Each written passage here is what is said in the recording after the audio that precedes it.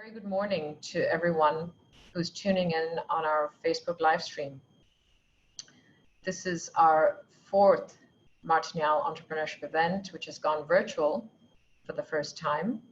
And our team has worked incredibly hard alongside the panelists and the speakers, all amazing women, to make this happen, to make us go virtual for the first time. We've completely adapted, re-engineered, and pivoted the event to make it adapt to the current times. And I'm very proud. We have 4 different sessions that you can tune into throughout the day: the morning one, and then 3 afternoon ones, 3 smaller blocks in the afternoon session for you to tune into different themes, speakers who will talk about different themes, social entrepreneurship, women in tech, as well as motherhood and entrepreneurship, motherhood and leading a professional life at the same time. So it is now 10:32. I still don't have my master moderator in the room, but I think I shall. I am waiting for the signal that I can actually start. I see that people are still streaming into the room, so perhaps I'll give another minute or so. Good morning once again to everyone who's just come into the room. I would expect that we will probably have another few attendees entering in the next 10 minutes or so. However, in order to keep time, as I always try to do at every Martinhal Entrepreneurship event, to start and end the sessions perfectly on time, I always refer to Swiss trains, and you know me, it's not a new joke. So I'm Chitra, CEO and founder and owner of the Martinhal Resorts and the United Lisbon International School. And alongside my husband and business partner, Roman Stern, we have had 4 children together, 4 resorts that we've started from scratch in Portugal, and we've lived in Portugal for almost 20 years. We have a few new real estate projects in the Park of Nations area in central Lisbon. I encourage you to have a look at Martinhal Residences, as well as the United Lisbon International School and the United Lisbon Education Hub. Martinhal Residences will be our 5th resort. It's a combination of living and a hotel, what we call branded hotel residences. And the United Lisbon International School is an international school starting at kindergarten and going all the way up to grade 12. In the first year, which starts in September of this year, 2020, we're taking in kids from kindergarten up to grade 9. The first seniors, the first grade 12 kids will graduate in the year 2024. It's an American-based curriculum with an international baccalaureate diploma offered at the end for grades 11 and 12. So I'm also the incoming new president of EO Portugal. It started yesterday, actually, starting 1st of July.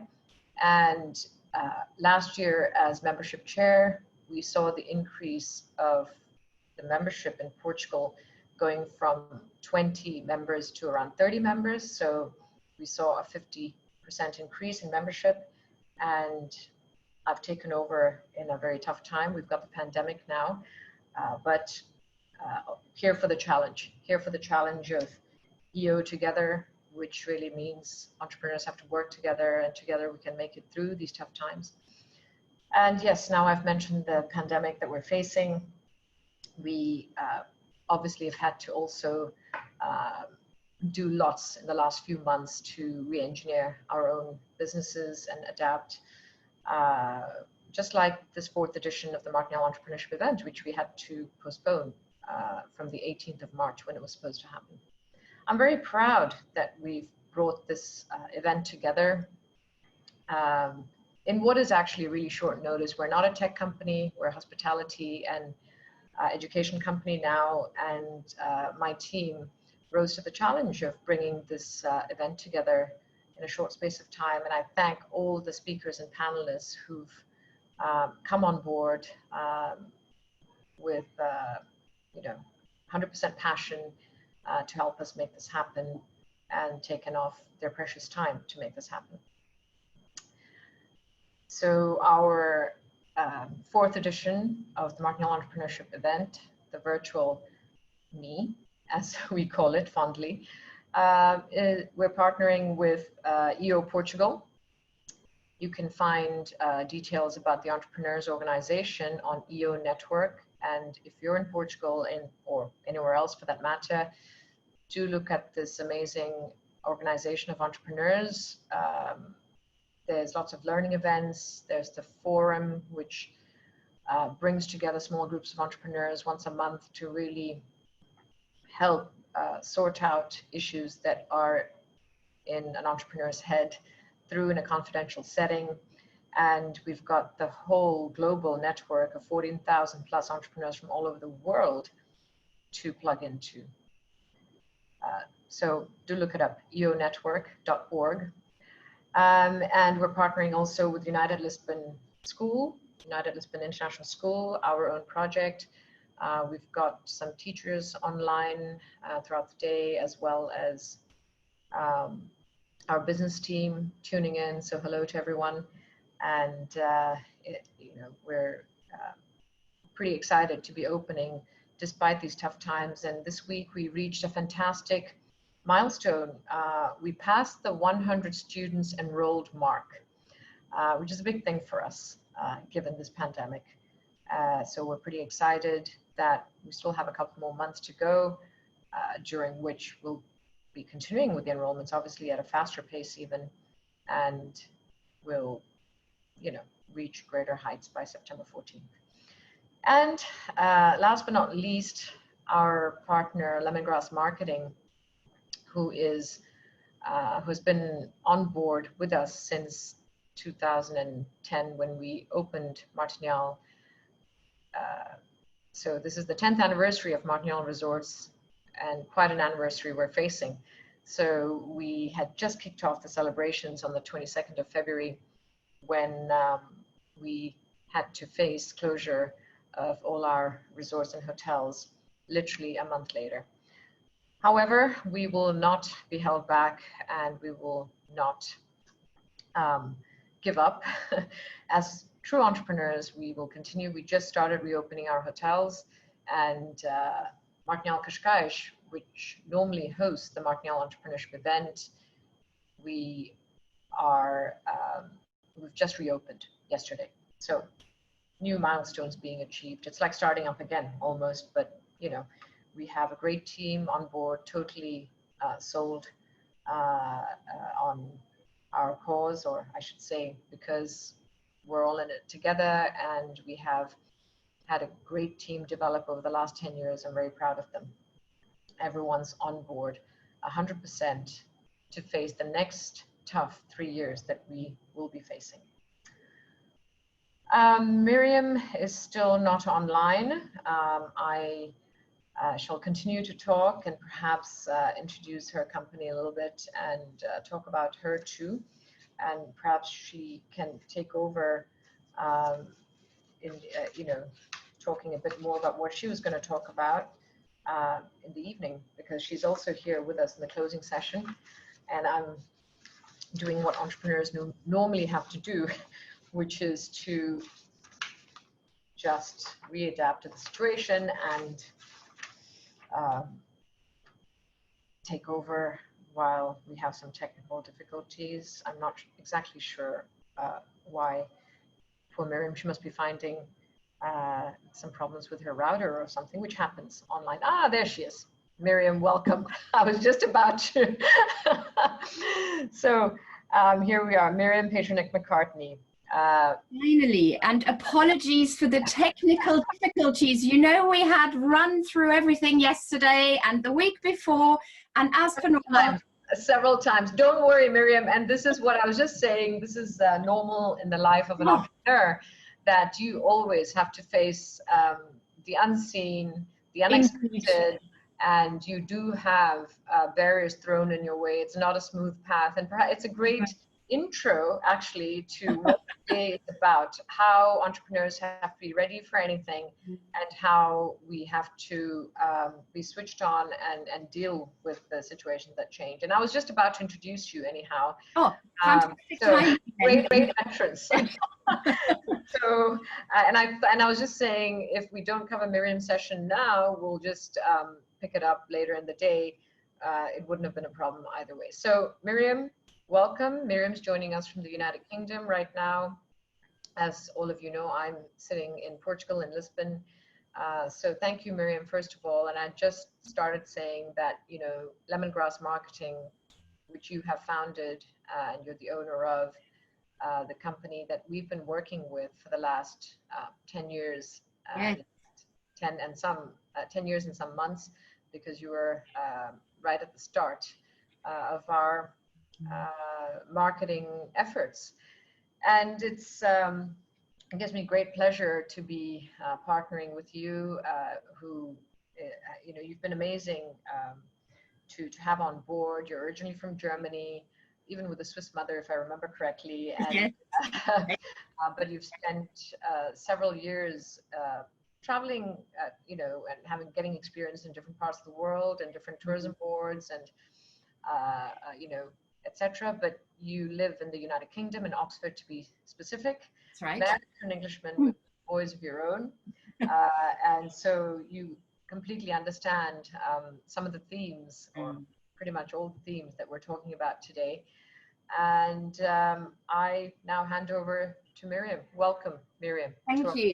Thank you, Chitra, and apologies again, but here we are. So that's the main thing. And I think you've hit the nail on the head when you said there you always have, as an entrepreneur, to deal with the unexpected, because I don't think anyone who's ever founded a business, I don't think for anyone it's ever been plain sailing. And thank you also for the very nice introduction. Like Chitra said, my name is Mirjam Peternek, and I'm originally from Germany, and I set up my business Lemongrass Marketing 13 years ago, and we came on board to work with Martinhal really at the sort of birth hour of Martinhal. And we also, Chitra and I both also happen to have children who are also 10 years old, so we're celebrating our children's 10th anniversary, our own joint working relationship for the last 10 years. And of course, Martinhal's 10-year anniversary, although of course nobody could have expected that this anniversary year, you know, that probably in this anniversary year, we would all be faced with the biggest challenge of our working lives. So what I wanted to do really is to use this time, to use the next 15, 20 minutes really before the first panel kicks off, to give you a bit of an overview over the day, and then touch very briefly on each of the panels. We won't have that much time, but that's where the panelists then come in later. So the first, after this first session, we'll go straight into the first panel. The first panel talks about female entrepreneurs and the challenges that they face. That panel runs from 11 o'clock to 10 to 12. We then have a short lunch break, and then we're hoping to see many of you back again for the afternoon, when we are starting at 2 o'clock with the Women in Tech panel. What are the issues that are facing us as women in tech? Are they different to being, is being a female tech entrepreneur different to being a male tech entrepreneur? Are we facing different challenges? Are we facing more challenges? So we'd like to explore that with you. At 3 o'clock, we are then moving into social impact, entrepreneurship, sustainability, social inclusion.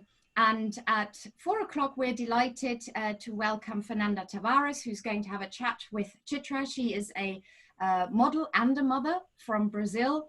And at the end, at 4:30, Chitra and I will be wrapping up, and we will be pulling out the key themes that we have touched on in all of the different sessions. But if I can use that time now, Chitra, to have a bit of a chat with you about that first topic that we have chosen, which is female entrepreneurs and the challenges that they face. Hillary Clinton once said that women are the largest untapped reservoir in the world. And I suppose that's very, very true. And one of the biggest challenges that I think we face as female entrepreneurs is actually access to funding. The UK government publishes a report which is called the Rose Review. And there was some really interesting and also quite, well, maybe shocking, maybe not shocking. It would be good to have your view on that, Chitra. Stats in there, which said that female business owners, and I'm just going to look at my notes here because there are loads and loads of figures in there. So female-led businesses receive less funding than those headed by men at every stage of their journey. And here actually I'm setting up a new business at the moment and we're looking at funding, and it's interesting the questions you get asked. Secretly in my head I thought, I wonder whether a man would get asked the same questions. Women also launch businesses with 53% less capital than the average man, and we are also less aware apparently of funding options and support that's out there. However, female-run businesses are disproportionately more successful. There's more longevity in that. We're often described as better leaders. So I was wondering, Chitra, what your take would be on that. Do you think access to funding is a problem? And what do you think we could do to make sure women, A, get better access to funding, but also are more aware of the options that are out there for them? What do you think? Yeah, very, very current topic, Mirjam. You know, you've touched upon lots of things which are recurrent themes, really, and should not be forgotten. Last year, as you're aware, we had a whole session on women raising VC funding with 3 male VCs on the stage from different markets and different industries, being interviewed by a female VC. And I would encourage anyone who's interested in this topic to actually tune into our YouTube channel, the Martinhal YouTube channel, and there's a playlist for each of the year's Martinhal Entrepreneurship events. We've got all the recordings available, access is free, and you have some great recorded sessions from previous years. And this is a recurrent theme, and indeed, I mean, those you know, Czech women's business, the businesses of women tend to be more successful. There are funds focusing. There are people who understand this, and they have funds that focus purely on women founders, and they do well. Actually, fund does quite well. The linguistics behind you know, the whole interview as well. There is a London Business School professor. I'm actually an alumna from the LBS, the London Business School. This would have been my 20th year reunion for my MBA, which we couldn't do, unfortunately, but her name is Dana Kanze, Dana, D-A-N-A-K-A-N-Z-E. Look her up, to those of you who are interested. And she's done a lot of research, and she's done, you know, talks and does consulting for women, actually, to deal with the questions that male VCs ask them, or, you know, the financiers of the business, because actually the questions that male founders get asked are actually different to what the female founders get asked. And for the male founders, it tends to be, you know, they're asked questions about growth, but to females, the questions are more like, how are you gonna stop this from failing? Pretty much. I'm sort of simplifying here, but, you know, do you know, log in and have a look at some of her speeches. She's got a TED speech as well somewhere on the internet. And so she actually trains female founders to deal with these questions and turn them around into a positive. So, you know, there's a lot behind that, and that's what I tried to help explore with my with our Martinhal Entrepreneurship events, because a lot of it has to be awareness from where we're starting. I'm a big proponent of diversity and have always been in the minority, actually. whichever way you look at it. Electronic engineering, we were 10% women. At Pricewaterhouse, starting out as a trainee chartered accountant, I think we were at 25%, 20%. And at that time at Pricewaterhouse, there was not a single female partner in the London office. So minority, even in the LBS, the London Business School, a quarter of the intake was female. So I think there's a lot more to be said, but it comes down to confidence. And it actually leads me very nicely to my next point. I'm wondering though, whether it is really a matter of confidence. Yes, maybe we do suffer still from imposter syndrome, but at the same time, I think the linguist by trade, as you know, and the language, the semantics and the pragmatics, we just use different language. It doesn't necessarily mean we're maybe less confident. It's just that we use, like I did, just qualifiers like maybe, or I think, or I feel. And that can have a huge impact if you are being judged by a male VC who thinks she's a bit insecure. She doesn't quite know what she's talking about. So that brings me on to our next subject. And I'm just very aware of time, Chitra, that we've only got a few minutes to touch on each of the points. So the next panel that we're looking at is obviously women in tech. And you've just touched on that. What are the issues that are facing us? We all know the old boys networks. Thankfully, they're going. I do wonder, though, whether they are going, but they are reappearing under a different guise. What do I mean by that? So for those of you who are not so familiar with London, we have a very fashionable quarter, Shoreditch, and a lot of tech startups are in Shoreditch. And we've actually coined a term here in the UK, or it was, nobody's consciously coined it, but we're saying, oh, he's got the Shoreditch swagger, which means, oh, he's a tech entrepreneur, he's cool, he's hip. You don't say that about women who are in tech. You still look at them through the eye of, it's a bit odd that she decided to become a tech entrepreneur. And you then also touched on social inclusion and diversity. And again, I've pulled out some figures. Some of the figures, because they get even more shocking when you're looking at women of color in the tech sector. So for example, Black women hold only 3%, Latinas only 1%, and Native American women only, 0.03% of all tech jobs, in the US, for example. And as soon as you go to the upper echelons, to the board, that number is just negligible. So I'm wondering whether you think that women in tech are seen differently to men in tech. I think there's no doubt about that. There are a lot of stereotypes still out there, which is shocking for me. I grew up in Singapore to South Indian parents who originated from Tamil Nadu. The village where my father comes from, girls didn't go to school after they were 12 or 13.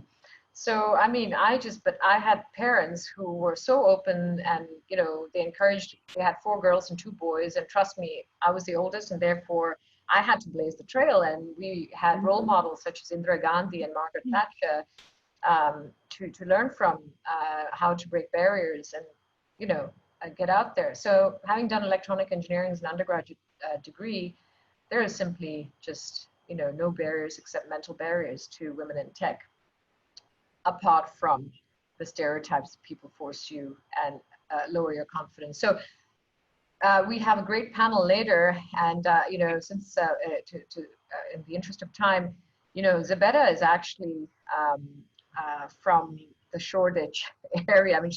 she's done a startup in that area, and we've got some other speakers. Ayumi is the CEO of Women in Tech globally. And, I think there's going to be a very interesting discussion later when we start discussing, details of what you're talking about.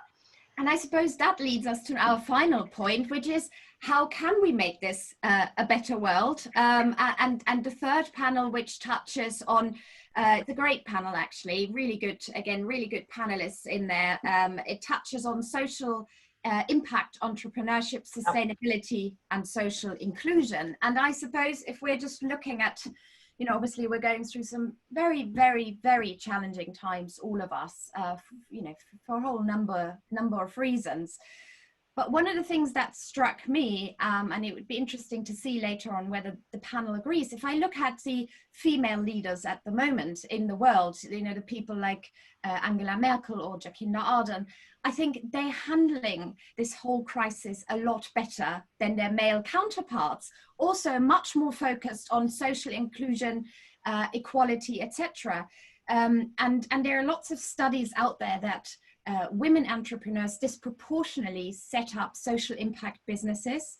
And again, very often women who set that up, they're not primarily driven by an income, but they are driven by a desire to do good, in the sense they've spotted either an environmental issue or a societal issue or community issue, and they want to solve that. And of course, at the moment, the thoughts that are probably going through all of our heads is really a rethink of, you know, this whole crisis has had, you know, devastating effects, but on the other hand, I think we have a real chance to have positive things coming out of this. And of course, we are reflecting on what matters to us and what kind of world do we want to leave for our children. So my question to you would be, do you think the future of good business, of social entrepreneurship, is female, and we need to do even more to support female entrepreneurs?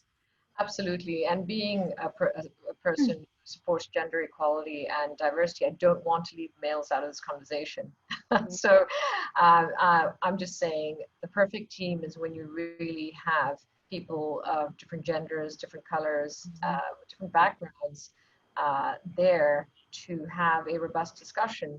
And yes, you know, the balanced scorecard kind of approach to what you're talking about, being in the financial, having, you know, been trained as a chartered accountant, you know, I think the only return cannot be looked at, you know, as an ROI or an IRR. You've got to look at the wider picture. And I think that's what's coming out now, especially through this pandemic, how, you know, businesses need to look at the overall picture. What is the impact? Are people happy? How are you impacting the environment? You know, and that is a very current topic for economists as well. So if these are true trends, men have to start including women in their discussions, and you know, women have to rise to the challenge of breaking the barriers down. It's not easy to do all that. So, but there's so much happening during the day. You have all the bios of all the speakers. You'll see what a great panel we have online. It's 10:59, and as I've said, in the interest of timekeeping, we're supposed to start our next panel, which I'm actually leading with Filipa and Michelle. So you will find details of this online, as I said, and all the CVs there. But shall I allow them to come in first? And then Mirjam, thank you so much for joining us despite your challenges. And Mirjam's going to be in the background the whole day with us, and is actually master moderator, and will be helping us through the day. And I'll be meeting you again at the end of the day to have the wrap up. So great. Thank you, Mirjam. See you later. Thank you.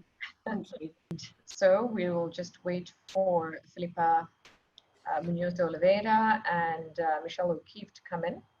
Great, welcome, ladies.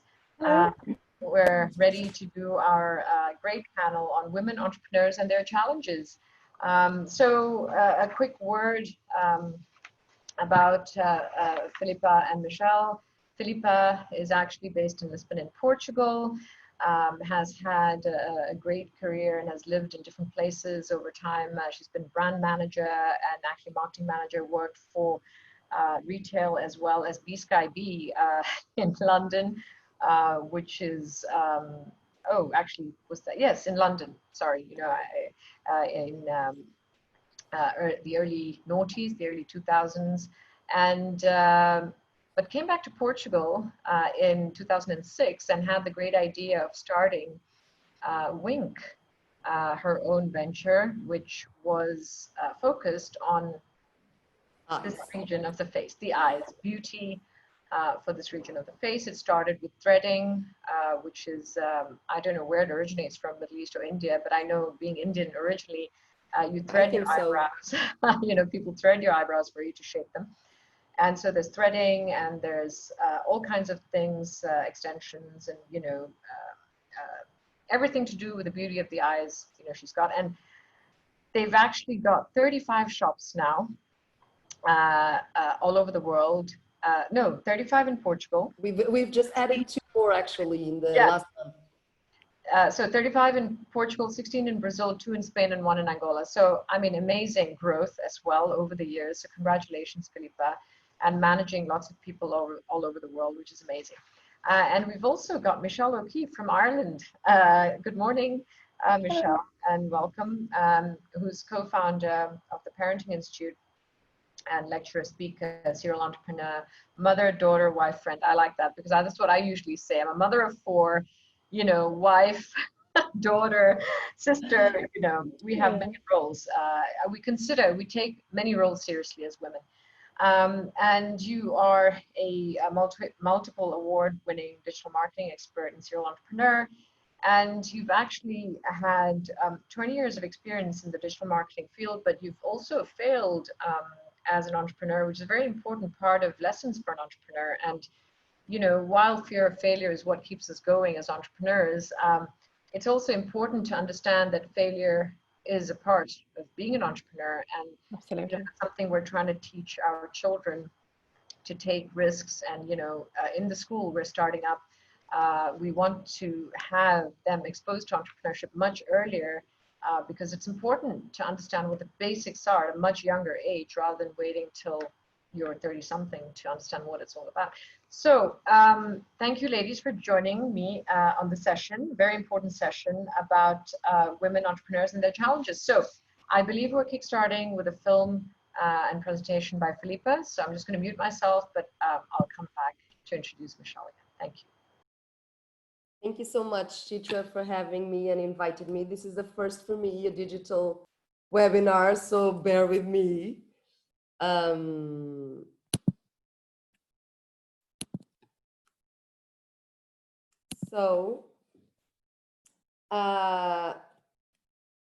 would like to start with a short video that shows how why I became an entrepreneur.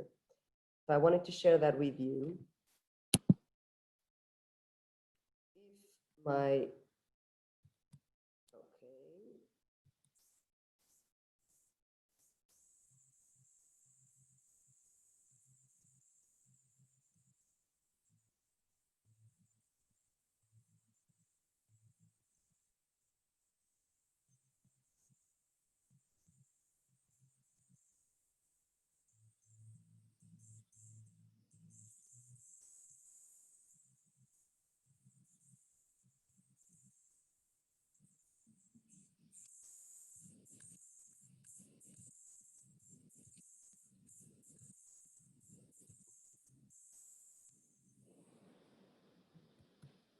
And actually, it all started with my brows.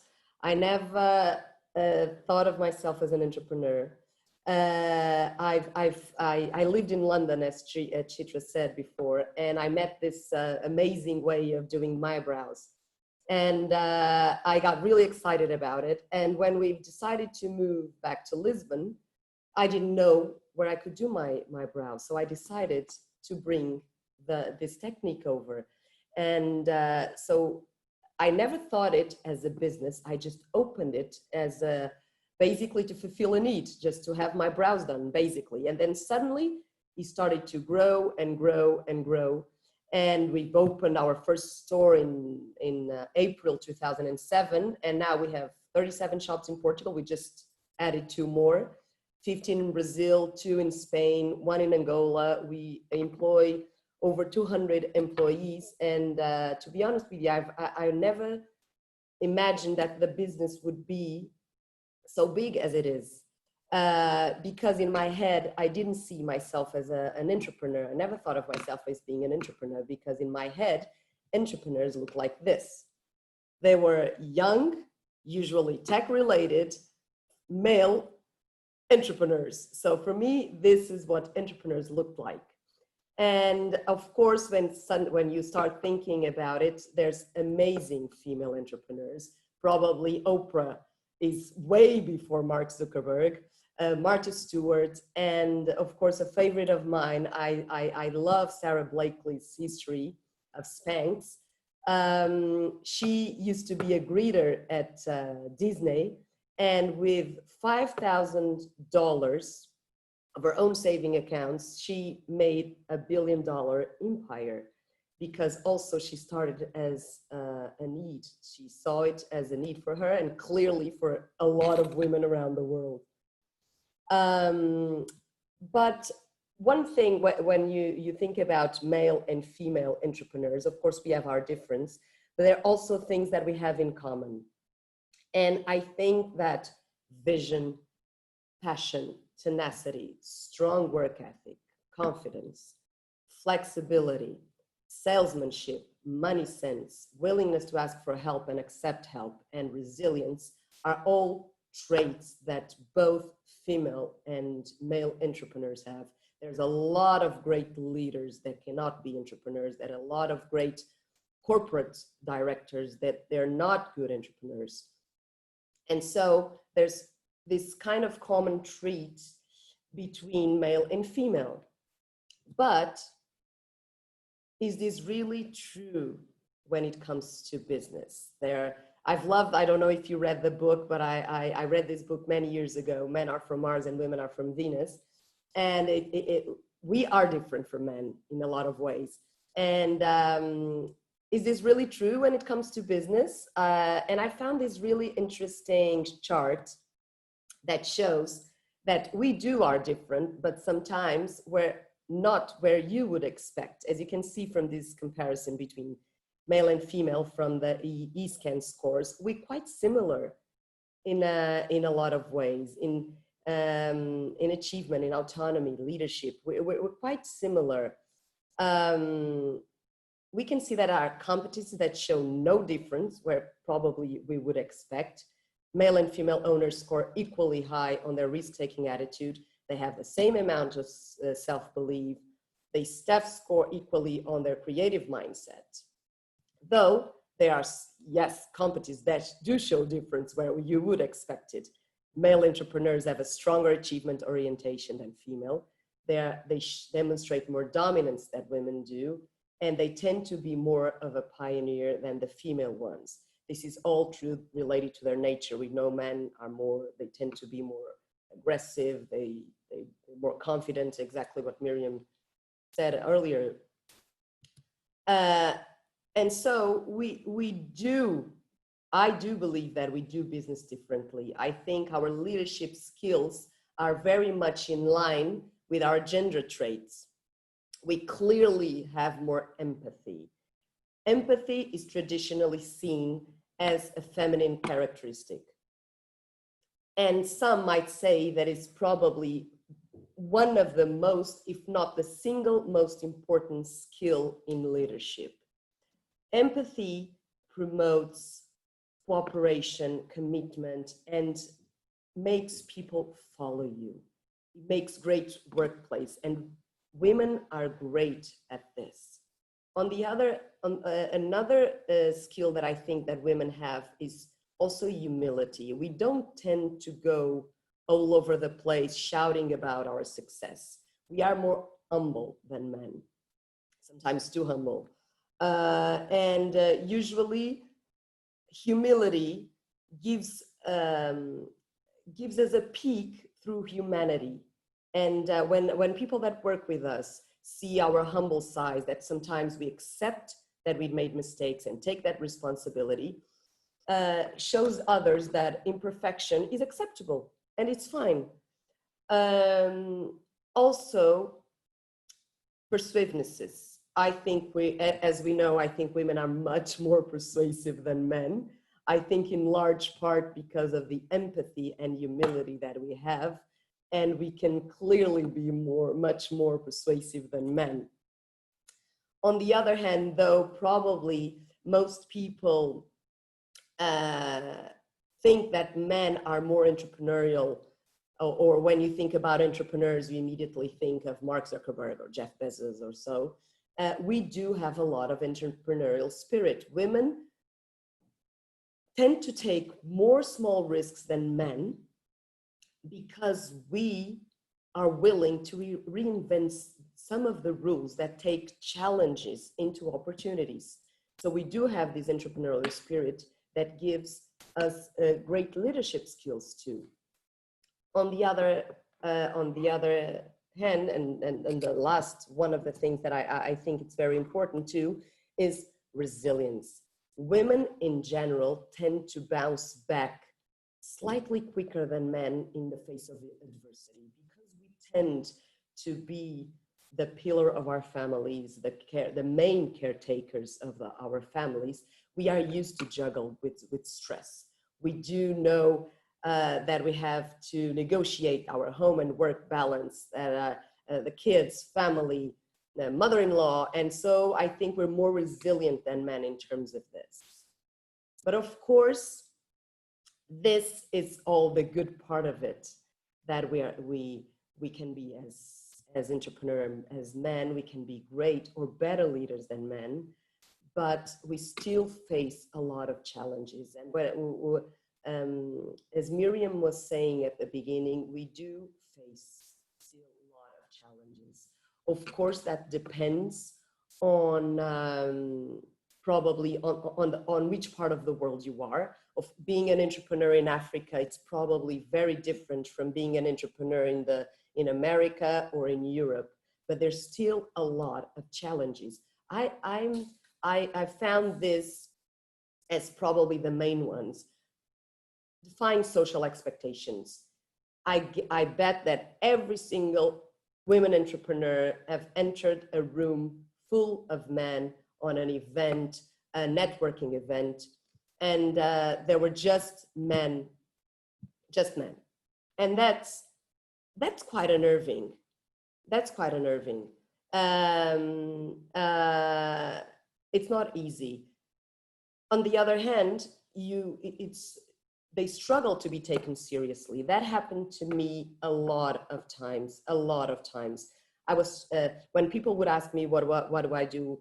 When I started talking about, I have these brows and shops, lashes, immediately they thought, oh, something funny to spend your time.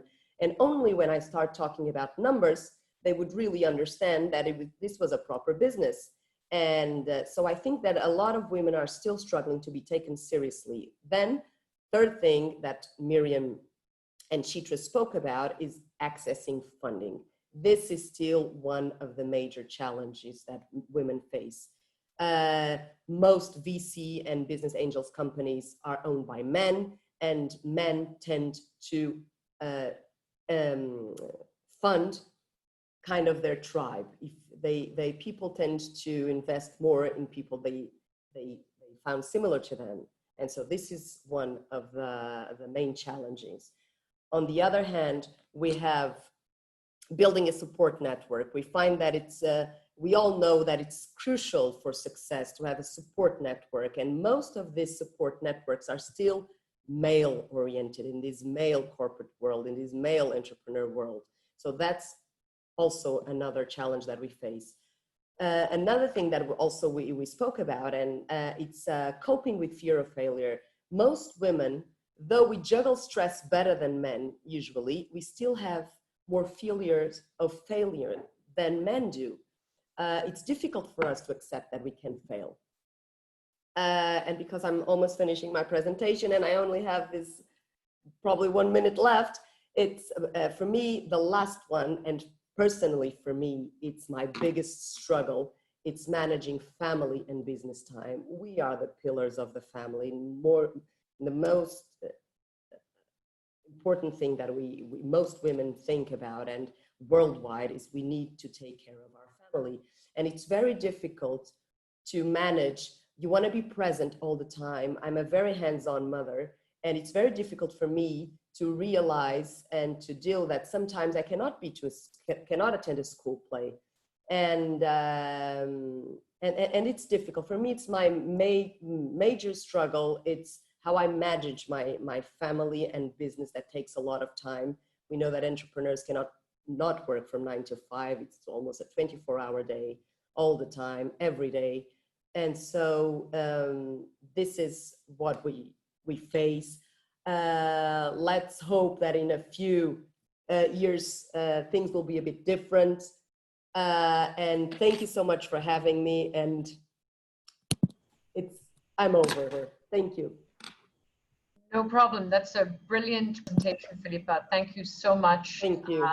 So many questions to discuss later. I hope I remember all of them, but Mirjam is here to help us as well. And there are questions coming in from the audience. I remind the audience that you can send your questions to the Q&A, click on the Q&A button and send your questions. And Mirjam is collating them and sending them to us. So please do ask your questions through the Q&A. So I now hand over to Michelle O'Keefe. We look forward to your presentation, Michelle, and then we'll all come back together to have a conversation. Thank you. Great.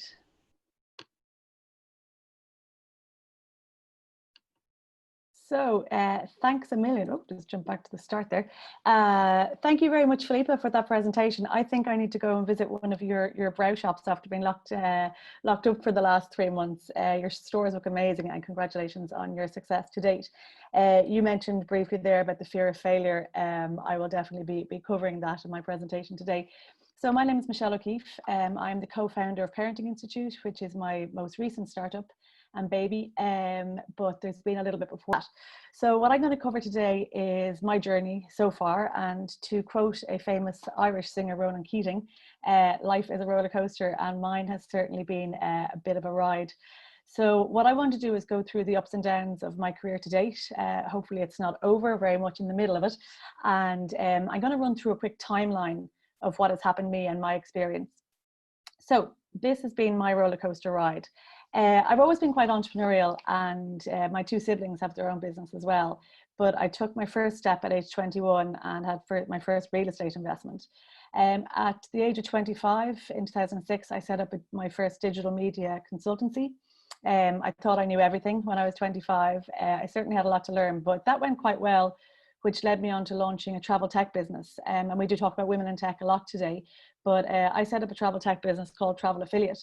And I received a status which is known as HBSU status from the government, which means that my business was recognized as a high potential startup with the ability to turn over more than 10 million and employ a significant amount of staff. This was a huge achievement for me, and I was put on a program with Enterprise Ireland to help me to grow my business. I was the only female on that program in 2008. In 2009, I was named Entrepreneur of the Year by the Irish government.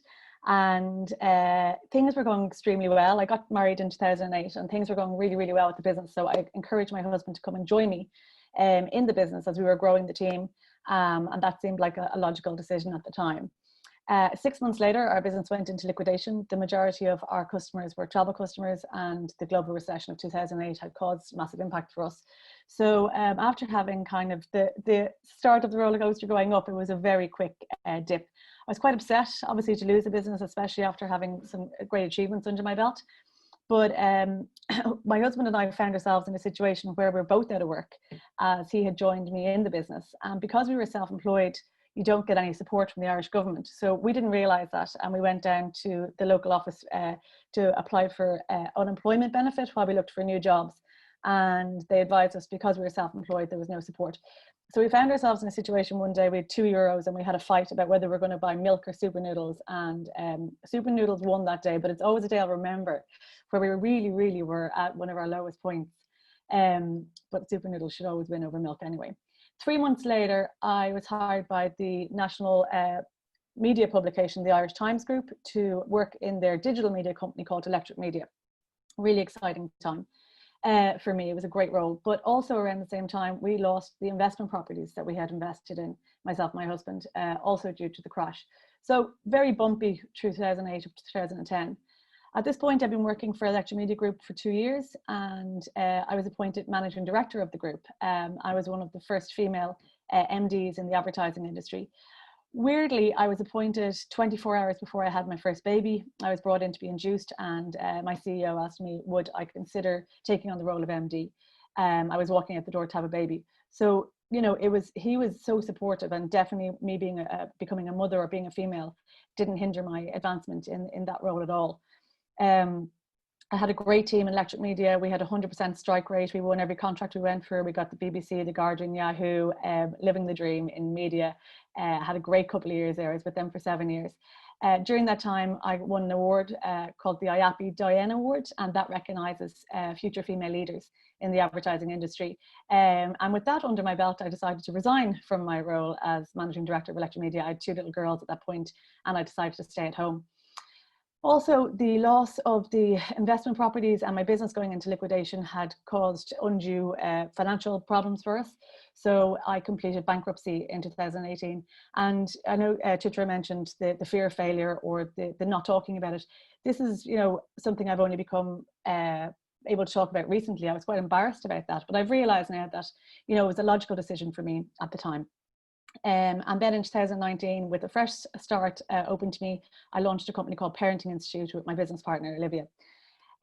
So what Parenting Institute does is I suppose the idea of it came to me while I was a young working mom in media, being one of the very few females at senior suite level, and I suppose having children, but also not seeing my peers, my female peers at the table. For many reasons. I think that we put a huge amount of pressure on ourselves and guilt. And I wanted to make a difference and make sure that there was equal opportunity for females to advance. So what we do is we run diagnostics of companies to help them assess what's going on with their working parents. We gain insights from their staff, and then we put in procedures and policies to help them become a pro-parent workplace, meaning that they support parents, working parents, both mums and dads. And it's very important to recognize that. We've only been in business for 1 year, but we've been working with the leading pharmaceuticals, financial, legal. We've had some great advancements there, and helping them become pro-parent workplaces. So I'd like to just share with you a little bit of research that we found over the last year in Parenting Institute. This, funnily, I was thinking about this when Mirjam was talking earlier on about funding. So when we asked mums and dads how guilty they feel, mums on average say that as a working mum they carry about 80% guilt, and this is that they feel guilty they're not doing a good job at work and they're not doing a good job at being a mum. The dads carry less guilt at about 68%. However, I think this also could feed into the funding question. I think women feel guilt, and a fear of failure can feed into this as well. If we do apply for funding, what if it doesn't work out and I've taken this money? I think that's a huge factor in female applying for funding. Another fact that we came across was that 80% of women consider not returning to their company after having their first child. And I think that, you know, the important thing to note here is that considering not returning to their company, it's not back to the workplace, but maybe their company isn't a pro-parent workplace. 52% of women have to go back for financial reasons. But I think, you know, if you have a pro-parent workplace, you're likely to seriously suppress that attrition or job loss. If you're welcoming mums back and dads after having a first child, saying we are a pro-parent workplace, there's, you know, nothing to fear here, we've got your back. Another interesting one was, does your manager understand the challenges you face as a working parent? And 68% of mums said their managers did understand. Only 57% of dads said that their manager understands the challenges that they face as a working parent. And I think we forget about the dads sometimes. I think, you know, as women, we carry the pregnancy in most of the cases, whereas the dads, you know, they become a parent and their colleagues or managers may not even know about it.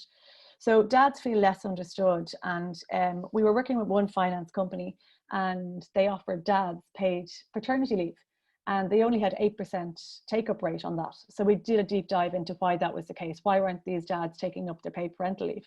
And some of the managers said, if I took this parental leave, I can kiss my career goodbye, you know, that I won't be put on any career progression, and it'll be viewed as a negative.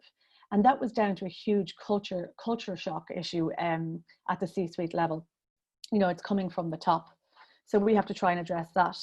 I'd like to share a quick personal story. This is my crew, my husband and 2 children. Last year, my husband had reason to move jobs, and he went out to the marketplace and looked at all his options.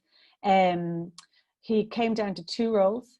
And he was really finding it tough to make a decision on which role he was going to go for. And they were both similar in size of package and you know, what the opportunities were. So he asked for a call with each of the HR departments. and he asked them to go through what their family-friendly policies were. That he had 2 daughters and he wanted to bring them to school at least 1 day a week and bring one of them to football and one to ballet. So one of the companies came back and said, it'll be at the discretion of your manager. We don't have anything in place, but you can talk to them. And I'm sure we could organize something. And the other company came back and sent him a copy of their family-friendly policy, their working from home policy, and their family experience booklet. So that's how he made his decision on which role he was going to take. Now, I could be a little bit biased, but I do consider myself, or do consider my husband quite a talent to attract into your organization. He's a senior manager. He made his decision based on what family balance life he would have. So I think companies need to consider that when they're trying to recruit for men or women, and entrepreneurs need to think about when they're trying to recruit their own teams, are they offering their staff a good quality of family life as well? It doesn't have to be at the detriment of performance or output, but you are going to attract the best talent if you have these procedures in place. We did a bit of research during the lockdown as well, during CV19, to ask parents what they were most concerned about during this time, because before lockdown, the concerns would have been mainly around anxiety, bullying, cyber safety. And during lockdown, this changed dramatically to lack of social contact with others and the increase in screen time, the lack of physical exercise. The research also showed that 82% of people would like to continue to work from home after this is over. And 66% said the reason being is to spend more time with the family. But 46% of working parents while being in lockdown said the biggest challenge was trying to separate work and home, leading to the question, are you working from home or are you parenting from work? So I don't want to overload you with loads of stats today, but that will just give you an insight to what we're doing at Parenting Institute. So that has been my roller coaster ride, and I don't think it's over by any means, but I think the dips have helped me soar to the heights. And one thing I will say is I have been afforded opportunities both with the Irish Times Group and from funding perspective because of the scars I've got from industry and experience. I think that my failures have led to me getting senior roles, management roles, and as I said, even funding opportunities. The other thing I would say is don't be afraid to if you have failed, don't be afraid to go again. I moved into a paid role after my first failure, and it was great to be paid every month with no uncertainty, hitting up Zara weekly for different dresses. But I think that we have to, if it is your passion to be an entrepreneur, you need to put yourself back out there. And don't be afraid of making failure part of your journey. That's really, really important. Share the failures. People respect it. They really do. So my last, I don't think, Chitra, you won't agree with this at all, but I'm saying it's not the destination, it's the journey. So from your industry, I completely agree with it. It's definitely the destination for you, I know. But my final message would be enjoy the ride. Even though it's a roller coaster, enjoy the ride. Thank you so much, Michelle. I'm all about the journey, actually. I'm sorry if I came across as the destination. I mean, I mean your beautiful hotels, not. Oh, right. Okay, sorry. No, obviously, Singapore, and maybe I don't get all the jokes, but no. Well, this is good. There's so many messages in both your talks, and so much to get through. And we've got 20 minutes technically. We could obviously. The next session is only starting in the afternoon at 2, but obviously we've announced that we will be finishing at 12. So we have half an hour to get through. Really, really interesting discussions. And yes, I mean, the destination is Portugal, obviously, to move to work from home on holiday. I'm actually selling Portugal as a place to relocate yourself because you're working from home, because lifestyle has become even more important for people. I mean, your survey covers quite a lot of things, and we've all had time to reflect.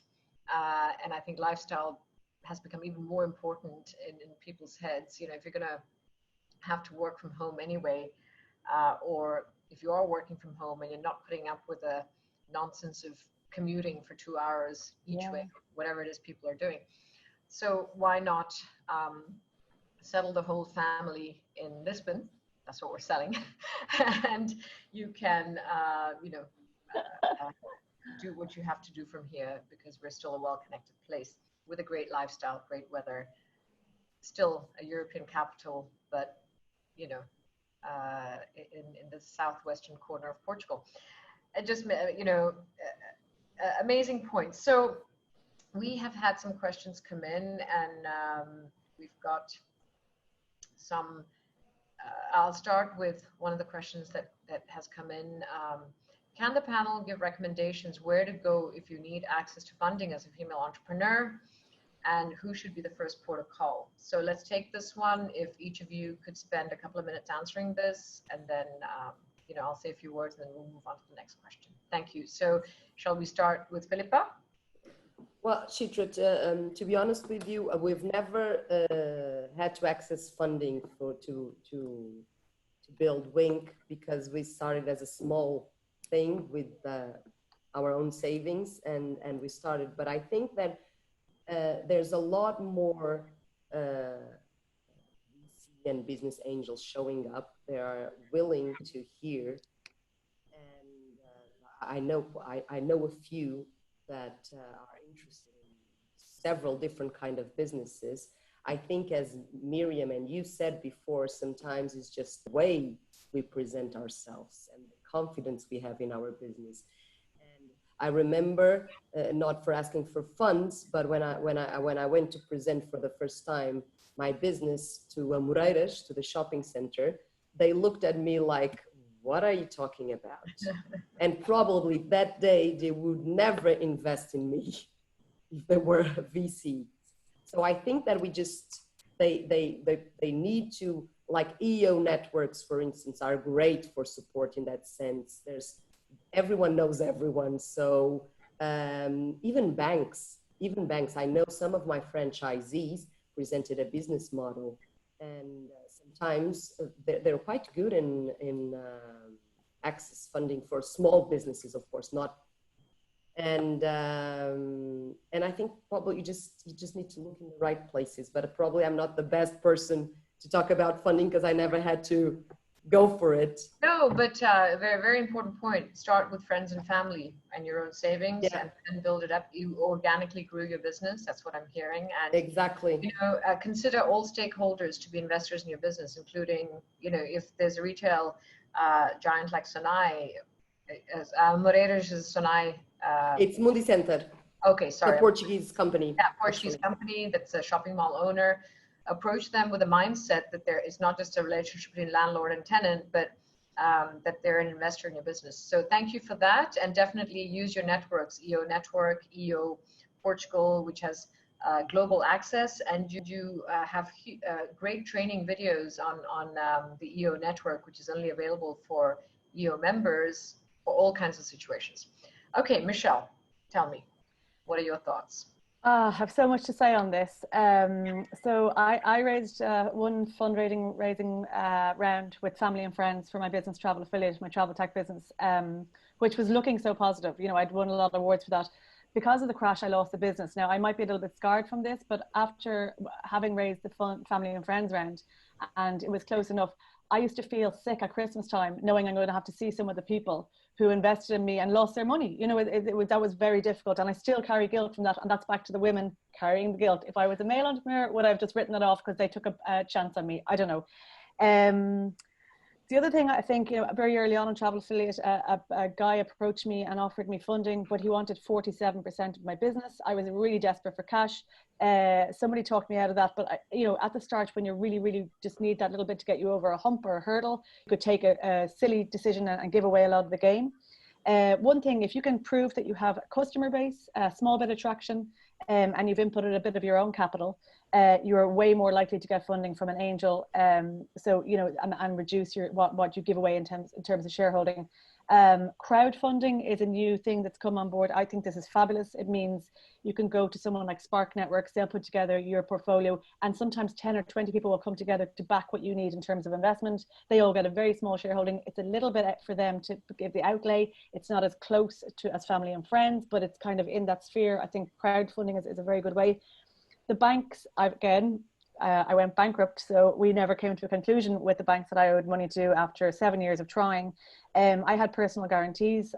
That's a noose around your neck. You know, the risks of banks are like sometimes startups fail. You know, and then you could be left with that debt to deal with. So that would probably be my last place to go. And apologies to my finance partners. However, if it's a limited company and you can get a loan, you know, without the personal guarantee, and you can't fund it, that's a very solid source of funding for businesses. So really mixed bag of experience on that one, but I think crowdfunding. Great. No, that's fantastic. And actually, you know, you bring up relevant points. You know, you have to put in your own equity if you want a negotiation position with any outside angel investor or you know, any outside investor for that matter, whether it's a bank. You know, people need to see your skin in the game. Yeah. You bring up a very relevant point about negotiation skills, which women could have help with. And, you know, I would suggest any woman entrepreneur find out more about negotiation, because actually men are aggressive. I'm sorry, I'm stereotyping now. That's true, but you know, we're openly discussing the points here. And if a woman is going into negotiation a bit more could I, very polite and with less, you know, I know how I'm going to grow my business, and the male in the room is asking you, so what are you going to stop, what are you going to do to stop yourself from failing? And you're being put in this corner. I suggest, you know, learn much more about game theory, about the psychology of negotiation, and, you know, get in there. I have a little private joke to share with everyone, and, you know, I'm sure there's going to be sort of, you know, it's potentially not as simple as it sounds, but, you know, and it's going to bring up some discussion, I'm sure. Whenever I go for a meeting, and in being in real estate, we raise a lot of money from banks. Whenever I go into a meeting, and I know there's only men in the room, which is most of the time, I wear a business shirt and a suit. Okay, I mean, there's a little thing. I know that this is controversial, and you know, I've told my sisters this, and you know, they came back to me, why? I want to wear a nice blouse. I want to wear a nice, you know, jewelry. And I wear a business shirt, and it is amazing the difference in reaction I get when I'm wearing a pantsuit with a shirt. Reaction meaning it's subliminal, it's psychological, and it's, you know. So this is just something I know. Sometimes we have to play people at their own game. You know, if it makes a difference, I'm going to do it, right? And I actually always loved wearing. I was a bit of a tomboy growing up. You know, I used to get more dirty than one of my sisters, and I loved wearing trousers. So, you know, there is some, and it all comes together in one beautiful package of negotiation, right? And I'd like to touch upon this guilt. I mean, Filipa, you touched upon it subtly, because in one of your presentations you said we are the pillars of the family, and Michelle, you touched upon it with all this data and statistics. And I actually think this is one of the issues for fundraising, you might say, because men are going to say, oh, but she's got a family, you know, she's just going to be, you know, not have as much time, or she's going to be home more, or whatever the preconceptions are. However, we also leave no man behind, and we care about whether you feel guilty about meeting your investors. I wonder how guilty Mr. Brown feels having allowed Wirecard to completely fail. It's a huge German fintech company that's just, I mean, rife, full of problems that the Financial Times tried to bring up last year, and it's a failure of regulators, failure of pretty much everyone. You know, the CEO, Ernst & Young, which unfortunately was an auditor of the company. I wonder how guilty he really feels. I mean, it's a bit unfair of me to say it, perhaps. 1.9 billion euros missing somewhere. You know, so I think this approach that we have of guilt and commitment, and maybe we're stereotyping, because I know a lot of men who have that, you know, integrity as well, is a positive thing in these times. And, you know, isn't it interesting that in times of scandal, you see people, men primarily, you know, CEOs, being let go of, or are they facing the damage later? Are they facing the music? And I think this is where we come back to female leaders like Merkel, Jacinda Ardern. We have spoken about them. They're there, and they're there for their people, and they're quite unashamedly bringing, so Jacinda Ardern bringing her baby in, and that should be a positive. We women as leaders actually care about everything around us. So, I mean, my point there is just to say we should be turning the guilt round into a huge positive, especially in these times where we're supposed to be caring about sustainability and saving the earth. So that was just a comment that I wanted to bring up. Touching upon, that, and that actually Mirjam brings up as well, this gender stereotyping. Do you think there are certain industries that attract female entrepreneurs? Would you class that as gender stereotyping? Let me just say my point on that would be that doing the business we do, which is the hotel industry, focused on families and luxury at the luxury end of the market, we would not have understood the challenges without having had the 4 kids. And definitely as a business, we focus on a lot of the feedback that I have with my real life experience as a woman, working woman, and having had 4 kids. So what if there's a stereotype there? In my opinion, let's start the business. And Filipa, I have to agree with you. Yeah. I have to agree with you. I think that we tend to invest and open businesses that we like, that we can. I started because of my eyebrows. If I didn't have these eyebrows, Wink didn't exist at all. Or Sarah Blakely, she started Spanx because she was not comfortable working under the sun with like that. So I think clearly there's a more than the gender is probably your interest in things that you like. And of course, women like different things that most men. So you end up choosing things that you love to work, because if you have to work 24 hours a day on something, you better as well like it, right? Yeah. I think on that one, like, I don't know, there are certainly industries that are dominated by male or dominated by female.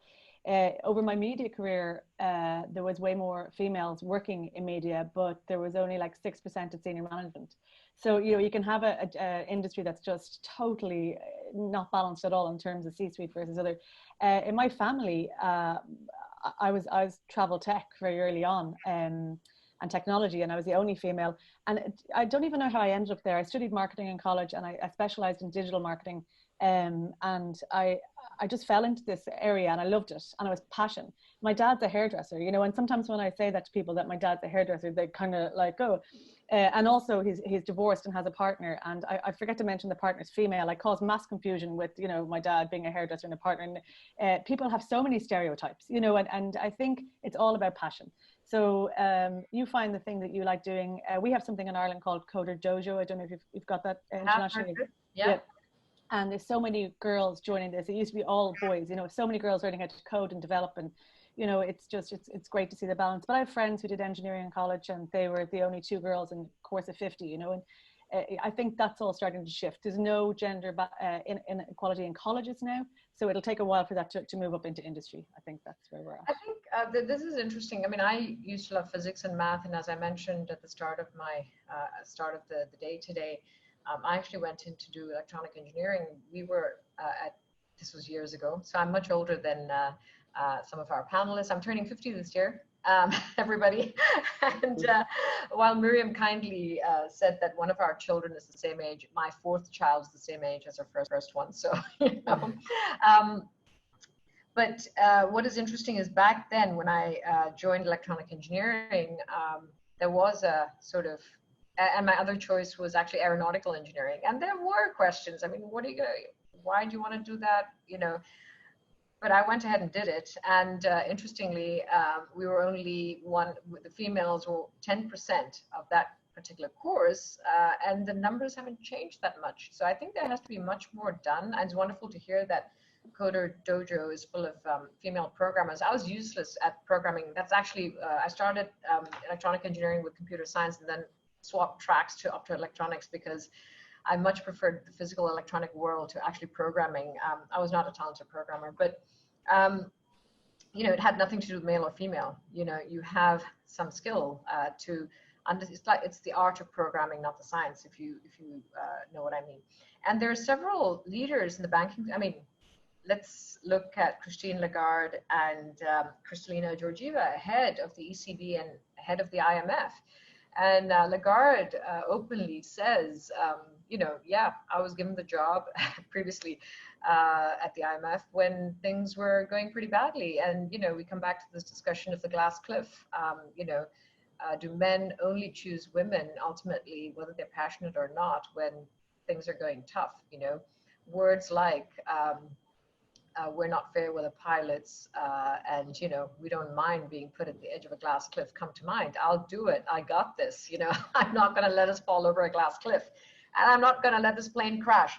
So I think there's a lot that has to happen still, though. I mean, we need to use these role models to guide our children, and I always say this: it starts when kids are kids. We need to show them the way. We need to show them that there are no stereotypes. That's how I remember my parents talking to me. I could dream of being anything and anyone. We had role models of world leaders who were women to go with. So passion is important, and I love your point about your father being a hairdresser. I tell my kids, if you want to be a cook or a chef, do it. Because, this is not a sprint, it's a marathon. It's not about what subjects you do for a couple of years in your IB or your, electronic engineering was a choice of mine, but I went into finance and business after, Your lifespans are getting longer. You got to find something that you love to do for many years to come, and maybe you'll swap tracks. So discover your passion, I think, is the first point. And I love the example of your father being a hairdresser and all the discussion that brings. My best hairdressers have been men. I'll be very honest. I still miss my hairdresser in London, and I found a great hairdresser here who's a man. So, I will not say, that stereotype should absolutely be gotten rid of as well. Yeah. So, lots to talk about. One specific question.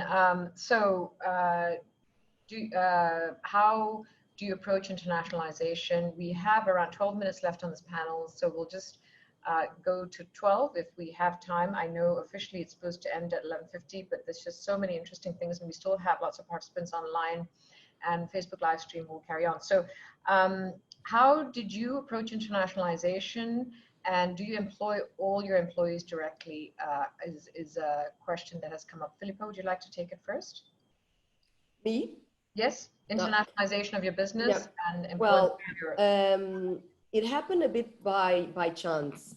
Spain was always a market that I wanted to go because it's so close by kind of similar tastes. So it was always a market that I really wanted to go, but the economics weren't there at the time. So I decided to hold on a bit. And then suddenly Brazil just came as an opportunity. And there was a client of ours that moved to Brazil, married to a Portuguese, really interested in the business.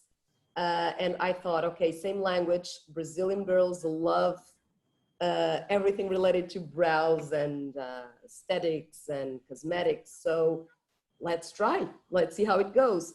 And it ended up going really well. Let's just hope that this pandemic doesn't ruin the business. It's been very tough over there. And it just happened by chance. It just takes a long time. I think one of the reasons that I didn't start the internalizations process so early was because, again, a family. When you open a business in Brazil, you cannot just go for the day, right? You have to stay. Spain, the same thing. Even of course, you can fly to Madrid in the morning and come back in the evening, but when you're launching a business, you cannot stay for 1 or 2 or 3 days. You have to stay over. And I've always delayed a bit of this decision until the kids were a bit older.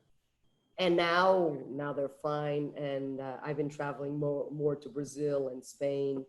Angola, I've never been, to be honest. Out of that, do you have local managers and do you employ, you have 200 employees, is this correct? We have 200 plus employees in total, though more than half are mine directly. I do have managers locally, in every country, local regional managers. Yes, and just out of interest, how do you approach delegation? I'm actually quite good, to be honest with you, because I had to. Because otherwise you just don't go home, right? Or you're home working all the time. Yep. So I've learned to delegate. I'm like, I don't say anything until something goes wrong. If I don't say anything, it's because everything is fine. You're just congratulating them, which is good. Good. Yeah.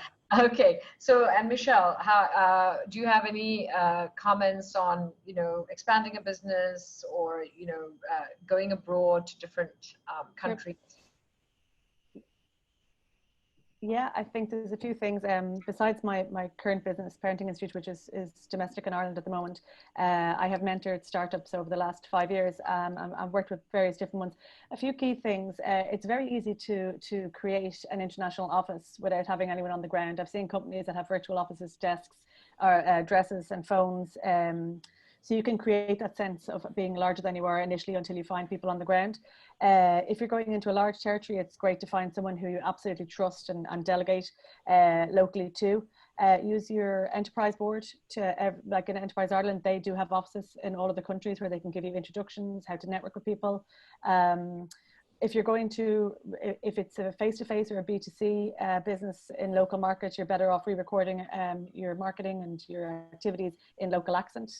Nobody in France wants to hear our thick Dublin accents.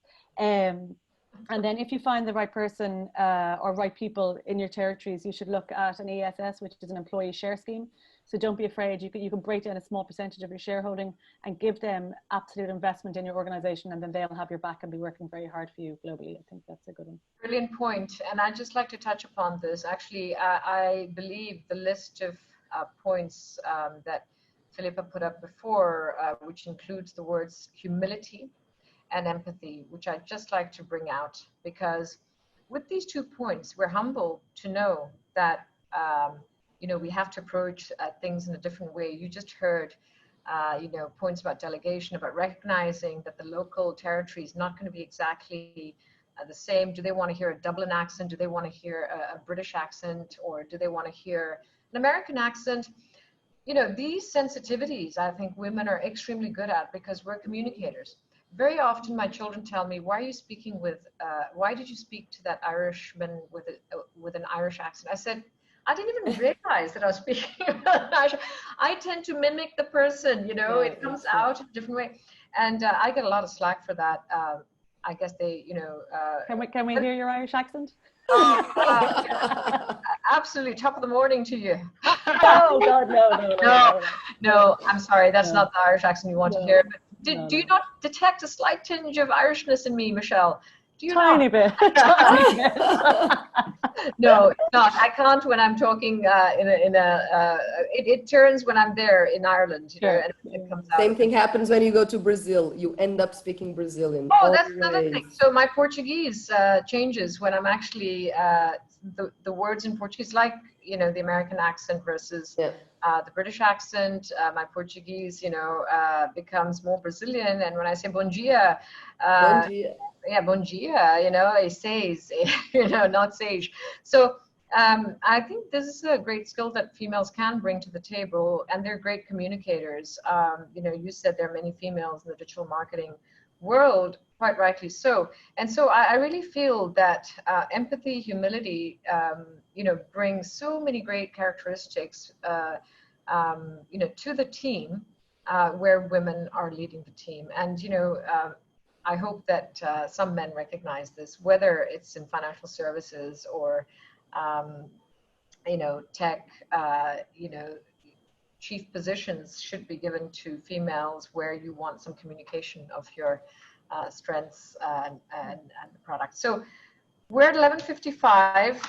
We have, just a few minutes to wrap up. And I'd just like to thank both of you for your time and your presentations and your opinions.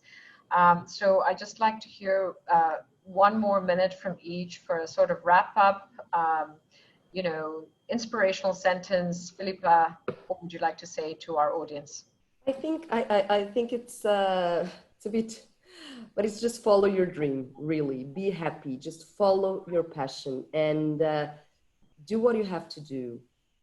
Don't think that everything has to be perfect. Because sometimes I see a lot of people that come to me asking me for advice for new ideas and new business. And sometimes I look at them, it's like, yeah, it's actually a good idea. They never get out of paper because oh, I need to add this, I need to add that. And things don't need to be perfect when they come out because you're always constantly moving. Even Wink, we have 13 years in the market and still changing things. 80-20. So just, yeah, like Nike, do it, just go and do it. Great, thank you, Filipa. Michelle. Yeah, I have to echo that as well. Just get going. You know, you're never going to have the perfect business plan, or you're never going to have the money that you need. Get rid of the guilt. Get rid of the guilt relating to, like, if you're in business and it's not going well, don't feel guilty about pulling it. You know, stop early. Don't feel guilty about the people you've invested in, or the time, or the family and friends you've raised money from, because by letting that go on for too long and it's not working can cause more problems. Pull it early or pivot. You know, when we started Parenting Institute, it was a B2C company and now it's a B2B. You'll find your groove as you go. But if you don't start, you know, you're never going to get on that journey. You're never going to get on the roller coaster, as I said. So there are ups and downs, but just get going and ask for the help along the way. Definitely one important. That's great. That's fantastic. I think, well, I love Ronan Keating and I love that song, Roller Coaster. I mean, I think life is a roller coaster ride, whether you're in business or family. You know, everything about having 4 kids is a roller coaster, trust me. That's why my hair looks like this. But you know, I think ask for help is a very serious point. It's come out, I think, consistently in our last 3 years of the Martinhal Entrepreneurship event. Ask for help from your huge network, your family network, your friends network, the EO network, whichever association you belong to, the government. You know, there was one question about, are you getting help from the government? Well, if you don't ask, you don't get. Get out there and, you know, see what's available and don't feel guilty about it, I think is a very, very good piece of advice. And, you know, Filipa, just do it. The 80-20 rule, I totally agree with you. I mean, you know, sometimes I hear, oh, am I going to be a good parent, you know, having a baby? Do it, you know, and you will learn along the way. It's the same with business. I mean, every business has to pivot along the way. Every business has to, and not every business survives. If you look at the numbers, and we've got all those statistics also from our previous years, you know, in the end, only a small percentage, you know, like 1% or less actually make it, you know, through surviving. Because if only 25% of VC-funded companies make it, it means that far less are actually making it, right? So, but if you will learn so much along the way, and it's the journey, not just the destination. And with that knowledge of having actually failed and why, the important thing is to know why you failed, I think, you know, and then you'll just be better next time around. Okay, 11:59, we're closing the session. Thank you both so much. Thank you. No problem. Thanks. I really enjoyed it. So pointer for the next sessions. Our next session is at 2 till 2:50, then again at 3 till 3:50, and then again at 4 till 5. Last session of the day. They're all separate sessions to register for. Follow us on Facebook live stream as well. But there's still some spaces left in the afternoon session, so please do register if you haven't. They're on women in tech, social entrepreneurship, and then again, the end session is a wrap up, but my chat with Fernanda Tavares, who is a Brazilian model and TV figure with a family as well. Thank you all very much. See you all later. Thanks, Michelle. Thanks. Bye-bye. Bye-bye.